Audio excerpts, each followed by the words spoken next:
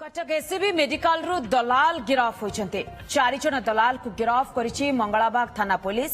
सूचना अनुसार शुक्रवार संध्या समय नॉन ट्रमा काजुआलिटी निकटरे रोगी मानकु घरोई हॉस्पिटल को स्थानांतरित करुथिले दलाल।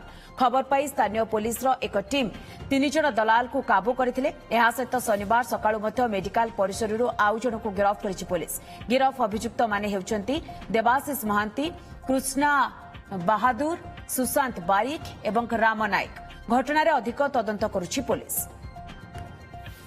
जो माने दूर दूरांतरु आसुचंती रोगी माने तांकर संबंधी जो माने आसुचंती तांको अटेंड करिया पई तांको फसलेई कुआ जाउची जे आम हॉस्पिटल रे आम क्लिनिक रे बड़ बड़ डायग्नोस्टिक सेंटर रे भलो योग्य डाक्टर अछंती एवं आमे तमको कम पैसा रे आपन को भलो सेवा सुविधा जोगाई दउ।